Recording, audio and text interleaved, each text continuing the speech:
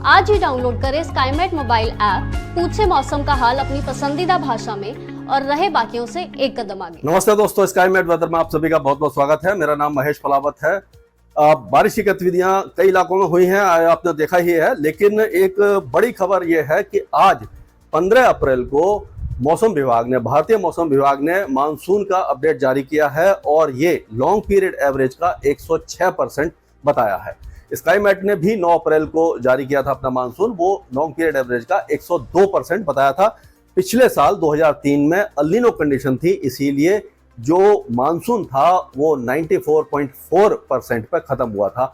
हमने 94 बताया था और 94% पर खत्म हुआ था। मौसम विभाग ने 96% बताया था, यानी लोअर साइड ऑफ नॉर्मल बताया था। तो मानसून को हम कुछ भागों में डिवाइड करते हैं।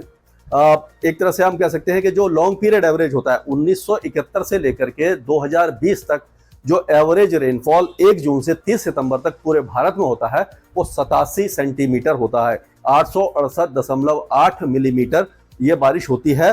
तो इसको अगर 100% माना जाए तो हमने 887 मिलीमीटर बताई थी, तो यानी कि हमने थोड़ा सा ज़्यादा बताई थी। तो अब ये है कि जो मौसम विभाग ने 106% बताया है, ये अबव नॉर्मल बताया है। यानी कि अगर 96 से 104%, 96 से 104% अगर बारिश होती है लॉन्ग पीरियड एवरेज की, तो उसको नॉर्मल कैटेगरी में रखा जाता है। हमने अपर साइड ऑफ नॉर्मल बताया है। और उसके बाद अबव नॉर्मल होता है 105 से लेकर के 110% अगर होता है तो उसको अबव नॉर्मल, सामान्य से ज्यादा बारिश कहते हैं। और एक्सेस रेनफॉल होता है अगर 110% से भी ज्यादा बारिश है तो एक्सेस रेनफॉल होता है। उसी तरह से 90 से 95% जो लॉन्ग पीरियड एवरेज का है उसको बिलो नॉर्मल कहा जाता है। और 90% से अगर कम होती है तो उसको डेफिशिएंट रेनफॉल, पहले इसको ड्रॉट यानी सूखा घोषित किया जाता था, लेकिन अब इसकी परिभाषा मौसम विभाग ने बदल के इसको डेफिशिएंट मानसून की रख दी है। तो मानसून को जब प्रेडिक्ट किया जाता है तो उसके 2-3 कारण होते हैं, कारक होते हैं। एक तो सबसे बड़ा जो ग्लोबल पैरामीटर होता है वो अल नीनो और ला नीना। पिछले साल अल नीनो था, तो अल नीनो जब होता है तो मानसून कमजोर होता है, तो इसीलिए मानसून कमजोर था। लेकिन अब ये ला नीना में परिवर्तित होता है। आप सीधे सीधे समझिए कि अल नीनो जब होगा तो मानसून कमजोर होगा, ला नीना होगा तो मानसून अच्छा होने की संभावना बढ़ जाती है। ये समुद्री सतह के तापमानों पर निर्भर करता है। पूर्वी भूमध्य रेखीय प्रशांत महासागर में अगर समुद्री सतह के तापमान सामान्य से ज्यादा होते हैं तो अल नीनो होता है, हमारे यहाँ बारिश कम होती है। अगर वहां पर पूर्वी भूमध्य रेखीय पूर्वी प्रशांत महासागर में अगर समुद्री सतह के तापमान सामान्य से कम होते हैं तो पश्चिम प्रशांत महासागर में ज्यादा हो जाते हैं, तो ला नीना होता है, हमारा मानसून अच्छा होता है। तो अब जो अल नीनो है वो धीरे धीरे ला नीना की तरफ आएगा। पहले न्यूट्रल आएगा, यानी कि बराबर टेम्परेचर होंगे, उसके बाद टेम्परेचर वहां पर गिरना शुरू हो जाएंगे, यहाँ पर बढ़ना शुरू हो जाएंगे। तो इससे हमारा मानसून अच्छा होगा। और जैसे जैसे मानसून आगे बढ़ेगा ला नीना प्रभावी होता जाएगा। तो इसीलिए हमें लग रहा है कि जुलाई के सेकंड हाफ से लेकर के अगस्त और सितंबर में बारिश अच्छी होनी चाहिए, ये हमारा अनुमान है। और जो दूसरा कारण होता है, यानी कि एक तो ये फैक्टर हो गया ला नीना अल नीनो, और दूसरा है इंडियन ओशन डायपोल। जो मॉडल दिखा रहे हैं वो इंडियन ओशन डायपोल को भी थोड़ा सा पॉजिटिव दिखा रहे हैं। इंडियन ओशन डायपोल अगर पॉजिटिव होता है तो हमारे मानसून को मदद करता है। तो ये 2 फैक्टर हो गए। तीसरा फैक्टर है कि जो नॉर्दर्न हेमिस्फीयर में जो एशिया और यूरोप, उत्तरी एशिया और यूरोप में जो स्नो कवर होता है, यानी कि जो बर्फ का जो फैलाव होता है, कितनी बर्फ है उसको भी एक कंसीडर किया जाता है। अगर स्नोफॉल ज्यादा होता है तो मानसून पर विपरीत असर डालता है, यानी मानसून कमजोर होता है। अगर यूरेशियन जो स्नोफॉल है वो ज्यादा कम होता है तो मानसून अच्छा होता है। इस बार यूरेशियन जो स्नोफॉल है, बर्फबारी है, वो कम हुई है, ला नीना बन रहा है, इंडियन ओशन पॉजिटिव है, इंडियन ओशन डायपोल, यानी तीनों फैक्टर मानसून को अच्छा बनाने की ओर इशारा कर रहे हैं। इसीलिए अबव नॉर्मल फोरकास्ट दिया गया है। ये किसान भाइयों के लिए और पूरे देश के लिए बहुत अच्छी खबर है। हमने भी जो अपर साइड नॉर्मल दिया है तो उसमें हमने +-5 का जो डिफरेंस दिया, तो थोड़ा सा क्वेश्चन कह सकते हो कि हमने लिया है। हो सकता है कि थोड़ा सा और भी उससे ऊपर चला जाए, देखने वाली बात है। उम्मीद हमारी यही है कि 102% से थोड़ा ऊपर ही जाए, क्योंकि पूरे भारत के लिए अच्छी बारिश होनी चाहिए। और एक और जो यानी कि इन्होंने बताया है, जो जैसे हमने बताया था कि जो जम्मू कश्मीर लद्दाख है इस इलाके में बारिश कम होगी, पूर्वोत्तर राज्यों में कम होगी, और पूर्वी भारत में हमने बताया था कि पूर्वी बिहार, पश्चिम बंगाल, पूर्वी झारखंड और उड़ीसा में बारिश कम होगी। तो मौसम विभाग का भी जो चित्र उन्होंने जो जारी किया है उसमें आप देखिए कि ये जम्मू कश्मीर लद्दाख में कम है और ये हिमाचल में भी थोड़ी सी कम है। यहाँ पर उड़ीसा और छत्तीसगढ़ में थोड़ी सी कम बारिश दिखाई गई है और पूर्वोत्तर राज्यों में भी नागालैंड, मणिपुर, मिजोरम, त्रिपुरा और मेघालय इस इलाके में बारिश कम दिखाई गई है। तो ऑलमोस्ट मिलता जुलता फोरकास्ट है, अच्छी बात है। और ये जो फोरकास्ट दिया जाता है इसको अपडेट भी किया जाता है। तो ऑनसेट ऑफ जो मानसून होगा उसके बारे में मई में मौसम विभाग भी फोरकास्ट करेगा और हम भी फोरकास्ट करेंगे। तो कुल मिलाकर के ये अच्छी खबर है। तो ये वीडियो काफी लंबा हो जाएगा तो इसको अभी शॉर्ट में हम देखते हैं। तो ये वेदर सिस्टम बने हुए हैं, यानी कि पश्चिमी विक्षोभ पहाड़ों पर है, एक साइक्लोनिक सर्कुलेशन है राजस्थान और पाकिस्तान के ऊपर, एक तरफ है जो दक्षिण भारत में है, दो एंटी साइक्लोन बने हुए हैं। तो ये वेदर सिस्टम अब हट रहे हैं। तो आज जो बारिश की गतिविधियां हैं पहाड़ों पर काफी अच्छी हुई है और अभी भी राजस्थान में, हरियाणा में, मध्य भारत में कुछ इलाकों में बौछारें पड़ सकती हैं। अब ये जो चेंज होगा जब, यानी वेस्टर्न डिस्टर्बेंस आगे जब चला जाएगा, तो ये पीछे जो आप वेस्टर्न डिस्टर्बेंस देख रहे हैं ये 18 तारीख को यहाँ पर पहुंचेगा। तो यहाँ पर जो है ये 18 से लेकर के 21 तारीख के बीच में पहाड़ों पर ये फिर से बारिश देगा। और यानी कि ये जब आ जाएगा तो बारिश और स्नोफॉल देगा और अच्छा स्नोफॉल और अच्छी बारिश देने वाला है।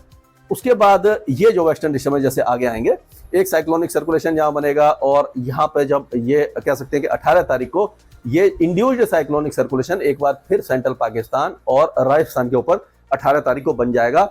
18 से लेकर के 19, 20 और 21 तारीख, यानी कि 19 तारीख से हमें उम्मीद है। 18 तारीख को तो आप कह सकते हैं कि ये पूरा जो पाकिस्तान है, अफगानिस्तान है, यहाँ पर बारिश होगी 18, 19 तारीख को। और 19 से लेकर के 20 तारीख के बीच में हमें उम्मीद है कि जो राजस्थान के कई इलाके हैं, गुजरात के कुछ इलाके, यहाँ पर भी बारिश की गतिविधियां और उत्तरी भारत में बारिश की गतिविधियां शुरू हो जाएंगी। तो ये वेदर एक्टिविटी काफी ज्यादा अच्छी रहेंगी, यानी कि फसल तो ऑलमोस्ट कट चुकी होगी उस समय तक, और जो अब बारिश होगी वो आगामी फसलों के लिए पानी की आपूर्ति काफी हद तक पूरी करेगी और जमीन में जो नमी है वो उसको भी बढ़ाएगी। तो यानी कि राजस्थान के और पंजाब, हरियाणा, दिल्ली, ये जो इलाके हैं, यहाँ के जो भाई बहन हैं, वो एक बार फिर तैयार हो जाइए। यानी 19, 20, 21 तारीख के दौरान फिर से वेदर एक्टिविटी होने की संभावना वहां पर दिखाई दे रही है इन सारे इलाकों में। तो अभी देखेंगे हम कि ये तो अभी का ये आज 15 अप्रैल का पिक्चर है। इसमें आप देखिए कि राजस्थान के कुछ इलाकों में है और ये आपका दिल्ली के आसपास है और उत्तर पश्चिमी उत्तर प्रदेश में, विदर्भ में और छत्तीसगढ़, दक्षिणी छत्तीसगढ़, तेलंगाना, मध्य प्रदेश, इन सारे इलाकों में गरजने वाले बादल छाए हुए हैं। केरल और दक्षिणी तमिलनाडु में भी बादल दिखाई दे रहे होंगे आपको। और टेम्परेचर जो है वो अभी काफी ज्यादा गिरे हुए हैं, लेकिन अब धीरे धीरे वो बढ़ना शुरू हो जाएंगे, क्योंकि ये जो गैप आएगा 2-3 दिन का, उसमें फिर से टेम्परेचर बढ़ेंगे। 18 तारीख तक टेम्परेचर बढ़ेंगे, गर्मी फिर से परेशान करेगी, उसके बाद फिर से टेम्परेचर गिरना शुरू हो जाएंगे। तो ये तो हमने बात की थी अभी उत्तर भारत की और राजस्थान वगैरह की, गुजरात की। अब बात करते हैं उत्तर प्रदेश, बिहार, झारखंड की। उत्तर प्रदेश, बिहार और झारखंड में अभी फिलहाल कोई भी मौसमी गतिविधि आपको दिखाई नहीं देगी। आज उत्तर पश्चिमी उत्तर प्रदेश में बारिश होगी, उसके बाद मौसम यहाँ का साफ हो जाएगा, धीरे धीरे तापमान इन सारे इलाकों के बढ़ने लग जाएंगे। पूर्वोत्तर राज्यों की अगर हम बात करें तो पूर्वी असम और अरुणाचल प्रदेश में छुटपुट बौछारें दिखाई दे सकती हैं, सिक्किम में भी कुछ इलाके में होगी, सब हिमालयन, वेस्ट बंगाल में भी हल्की बौछार रहेंगी। लेकिन नागालैंड, मणिपुर, मिजोरम, त्रिपुरा और मेघालय ये पूरी तरह शुष्क रहेंगे, यहाँ पर बादल तो छा सकते हैं, बारिश की संभावना दिखाई नहीं दे रही।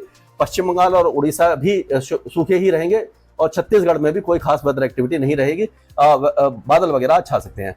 पूर्वी मध्य प्रदेश के कुछ इलाकों में आज कुछ बौछारें रहेंगी, उसके बाद मौसम यहाँ पर साफ हो जाएगा।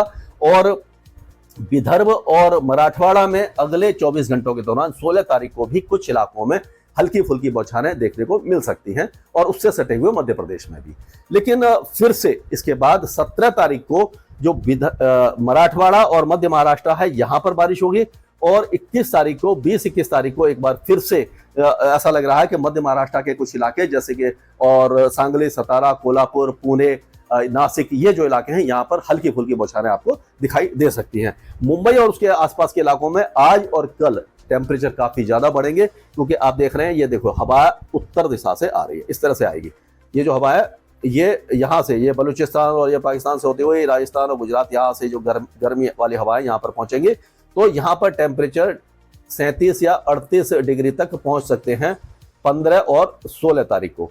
लेकिन उसके बाद क्या होगा कि ये टेम्परेचर फिर से, जब हवाएं क्या होगी कि 17-18 तारीख से ये फिर से इस तरह की हवा आ जाएंगी, यानी समुद्र से आने लगेंगी, तो जो कोस्टल महाराष्ट्र है यहाँ पर तापमान फिर से गिर जाएंगे। लेकिन सबसे बड़ी चिंता का विषय ये है कि ये जो पूर्वी तट है भारत का, यहाँ पर अब फिर से गर्मी बढ़ने वाली है, क्योंकि अब कोई वेदर सिस्टम ऐसा नहीं है और ये जो हवाएं हैं ये अंदरूनी हवाएं ही रहेंगी यहाँ से, यानी कि शुष्क हवाएं आएंगी और ह्यूमिड विंड जो यहाँ पे जो एंटी साइक्लोन बना हुआ था वो हट गया है। तो यहाँ पर अब उड़ीसा, आंध्र प्रदेश, तमिलनाडु और तेलंगाना ये सारे इलाके काफी गर्म होंगे। उत्तरी कर्नाटका भी काफी ज्यादा गर्म हो जाएगा।